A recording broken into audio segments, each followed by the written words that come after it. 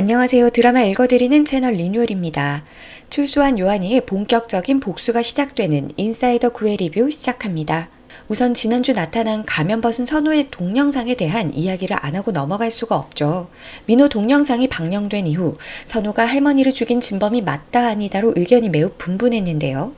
8회에서 가면남 둘이 마주보고 서 있는 장면이 이미 나왔었죠. 즉 가면남이 선우 한 명이 아니라는 게 확실해진 이상 선우가 할머니를 죽인 진범이 아닐 가능성이 매우 높습니다. 요한이 할머니가 민호에게 유인당하고 가면남과 마주쳤던 장면은 해가 지기 전이라 주변이 밝았었죠. 하지만 민호 영상에서 나타난 선우의 주변엔 어둠이 자욱하게 깔려 있었습니다. 이것만 봐도 선우가 할머니를 죽였다는 직접적인 증거는 아직 없어요. 게다가 목검사가 GPS 좌표를 받고 갔던 갈대숲에는 할머니 시신이 누워있어 그 시신을 옮기려고 허둥지둥 대던 모습이 찍힌 동영상도 있었죠. 따라서 오늘 선우가 할머니 시신을 다리 위에서 유기하는 장면은 단지 선우가 가면을 썼다는 이유만으로 요한이가 상상했던 장면이 아닐까 싶네요. 그렇다면 할머니를 죽인 진짜 가면남은 전 개인적으로 도회장의 청소꾼이었던 수감번호 6650이 아닐까 하는 생각을 했어요. 지난주 홍재선이 성주교도소에 들이닥친 이벤트는 요한이가 도회장을 끌어들이기 위해 기획한 것으로 밝혀졌죠. 교도소 내 비리가 세상에 알려져 교도소장이 바뀌게 되는데 이런 상황에서는 제 아무리 도회장이라도 당장 심부름꾼을 교도소 밖으로 내보내기 쉽지 않을 터. 이제 출소가 얼마 남지 않은 요한이가 일부러 도회장에게 제발 살려달라며 두 손을 내민다면 도회장은 그 손을 안 잡고 못 베길 테니까요. 결국 도회장은 요한이를 제때 출소시켜주는 조건으로 우상기를 죽이라고 했습니다. 민호 아빠 우상기는 양화 양준 형제 밑에서 일하는 돈 세탁 기술자였죠.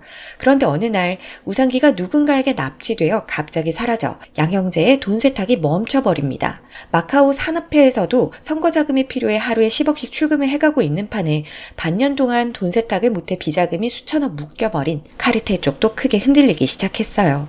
또다시 우상기를 납치해 이번엔 확실하게 죽음으로 몰고 가려는 도회장의 계획에 칼자루를 쥔 사람은 요한이었습니다.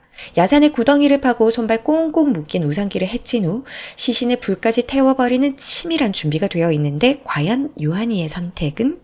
아무리 나쁜 짓에는 빨리 물든다 하지만 요한이가 사람을 죽이다니 말도 안 되죠. 절대 악은 있어도 절대 선은 존재하지 않는 인사이더에서 유일하게 선한 캐릭터 김요한은 끝내 우상기를 죽이지 않아요. 요한이는 오히려 지난날 조사장에게 잡혀있던 구 변호사를 도회장이 버리려 했던 사실을 알려 단박에 구 씨와 손을 잡게 됩니다. 그리고 우상기가 수연이의 도움으로 안전하게 도망가게 돕고 정체불명의 시신을 태워 모두를 속이게 된 거죠. 도회장은 요한이 팔목에 도청장치를 달아놓고 감시를 하고 있었죠. 이에 구 씨는 확실하게 요한이의 편이 되어주겠다는 뜻으로 도청 파일을 편집해 도회장에게 넘겨주기로 하는데 도회장 이 능구렁이가 도청 파일이 조작됐다는 걸 눈치채버렸어요. 다음 주 골드맨 카지노를 찾기 위한 엄청난 계획을 세우고 있는 도회장이 과연 요한이를 이대로 풀어놓을까요? 수연은 출소한 요한이에게 20년 전 16살 이연수 시절 복수가 시작된 계기를 고백해요.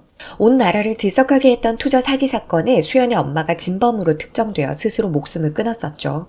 그런데 마치 자살이 처음이 아닌 것처럼 너무 깔끔했던 자살 현장을 본 수연이는 뭔가 잘못되었음을 직감했습니다. 술은 팔았지만 똑똑했던 수연의 엄마는 만일을 대비해서 투자 사건의 모든 배후를 밝힐 수 있는 증거를 준비해뒀어요. 수연은 죽은 엄마로부터 온 마지막 메시지라 생각하고 변호사를 선임해 사건을 해결해보려 했지만 어린 수연이가 할 수 있는 건 하나도 없었어요. 믿었던 변호사는 윤병욱에게 매수당해 수연이가 갖고 있던 증거를 모두 넘겨줘버리고 수연이는 양화에게 납치당해 그 길로 화류계에 몸담게 됐죠. 그렇게 복수의 칼날을 갈아오던 수연이는 이제 요한이와 함께 손을 잡고 모두를 향해 칼을 겨누기 시작했습니다. 고위직 부패수사청 하나 만들기가 이렇게도 힘이 듭니다. 목검사가 담보대출까지 받아 불법 대포폰, 대포차, 온갖 불법을 동원해 대검 중수부를 치기 위한 준비를 하고 있어요.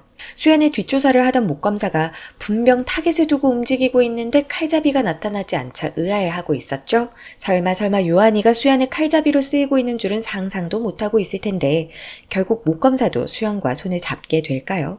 내일은 도회장의 골드맨 카지노를 찾기 위해 윤병욱과 홍상욱 앞에서 무릎 꿇는 모습이 예고됐는데요.